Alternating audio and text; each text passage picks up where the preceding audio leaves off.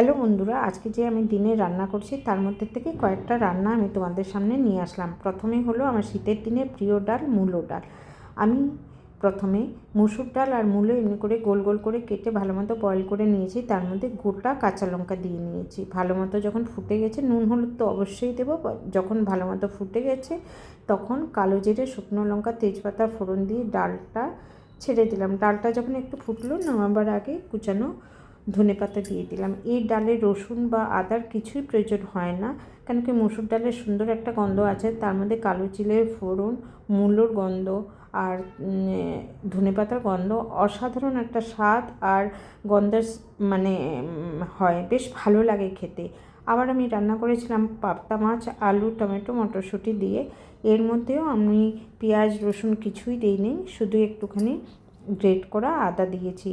আমি কি করে রান্না করলাম, আমার রান্নার প্রসেসটা দেখাচ্ছি। প্রথমে আমি পাবদা মাছগুলোকে ভেজে নিয়েছি। অনেকটা তেল আছে, তেল একটু কমিয়ে আমি কালো জিরে ফোড়ন দিয়ে দিয়েছি।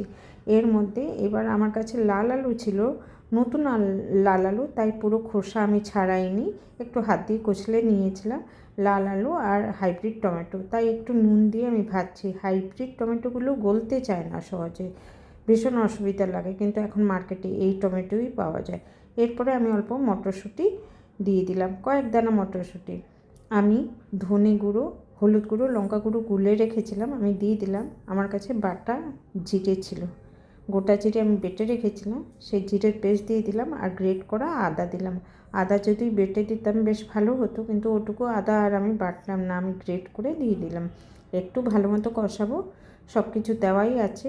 এবার যে বাটিতে আমি মশলা গুলেছিলাম সেই বাটি দিয়ে জল দিয়ে দেবো। লাল আলু আমার কাছে ছিল তাই দিলাম, যদি না থাকে সাদা আলু দেবে, কোনো কথা না, আলু হলেই হলো। এবার ভালো মতো আর একটু জল দেবো, ভালো মতো ফুটতে দেবো। যখন দেখবো আলুগুলো সেদ্ধ হয়ে গেছে তখন মাছগুলো একে একে সব মাছগুলো দিয়ে দিলাম, আর উপর থেকে একটু ধনেপাতা ছিটিয়ে 2 মিনিট পর আমি নামিয়ে নিলাম। দেখো এই রেসিপিতেও রসুন আর পেঁয়াজ কিছুই দিইনি, শুধু আদা আমি গ্রেট করে দিয়েছি। তো শীতের দিনে ধনেপাতার এত সুন্দর গন্ধ আর সবজিগুলো এত টেস্টি হয়। তো তোমরা যদি ইচ্ছা করো সেই পেঁয়াজ রসুন দিতেই পারো, কিন্তু এই সিম্পল রান্নাগুলোও ভীষণ টেস্টি হয়, একবার করে দেখতেই পারো। এবার যে আমি রান্না করেছি, রুটির নুডলস বানিয়েছি। প্রথমে রুটিগুলোকে কাঁচা কাঁচা সেঁকেছি, এপিট ওপিট জাস্ট করে নিয়েছি। আমি কিন্তু আটারই বানিয়েছিলাম, আটার মধ্যে আমি ময়দা মিক্স করিনি, তো কিন্তু খেতে বেশ স্বাদ হয়েছিল। তারপর কেচি দিয়ে দেখো রুটিগুলোকে আমি এইভাবে কেটে নিয়েছিলাম। একটু সময় লেগেছিল, কিন্তু বেশ দেখতে সুন্দর লাগছে। এটা ডাইরেক্টও করা যায়, কিন্তু আমি একটু জলের মধ্যে নরম করে নিয়েছিলাম।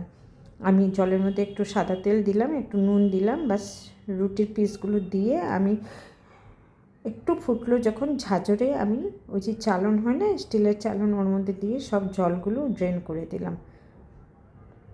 দেখো হয়ে এসেছে, বেশি দেরি লাগে না, দিলেই দিলেই পট করে হয়ে যায়, দেওয়ার সাথে সাথে হয়ে যায়, কোনো নেই।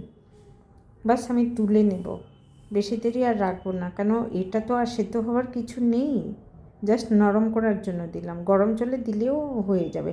এবার আমি ডিম ফেটিয়ে রেখেছি, পেঁয়াজ কুচিয়ে রেখেছি, এদিকে অন্য সবজিগুলো কেটে রেখেছি, আদা রসুন গ্রেট করে, কাঁচা লঙ্কা সব রেডি করে রেখেছি, সসগুলো রেডি করে রেখেছি। এদিকে কড়াইয়ে সাদা তেল দিয়ে আমি 2টো ডিম ভেঙে দিয়েছি। একটু নাড়াচাড়া করলেই আমার যেটুকু প্রয়োজন নুডলসের জন্য ডিম, ওটা রেডি হয়ে গেল।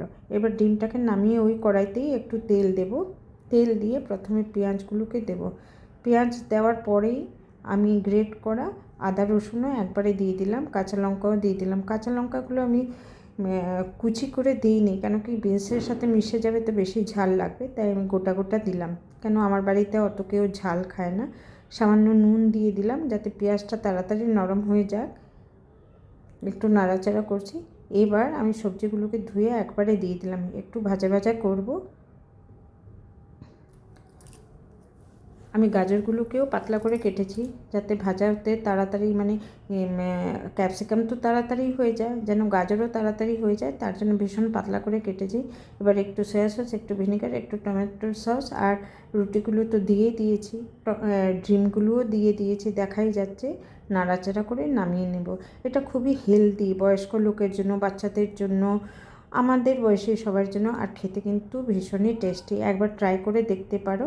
তবে একটুখানি যেটা বললাম মনে রাখবে, গরম জলে দিয়ে রুটিটা তুললেও বেশ ভালো হবে, কিন্তু বেশ টেস্ট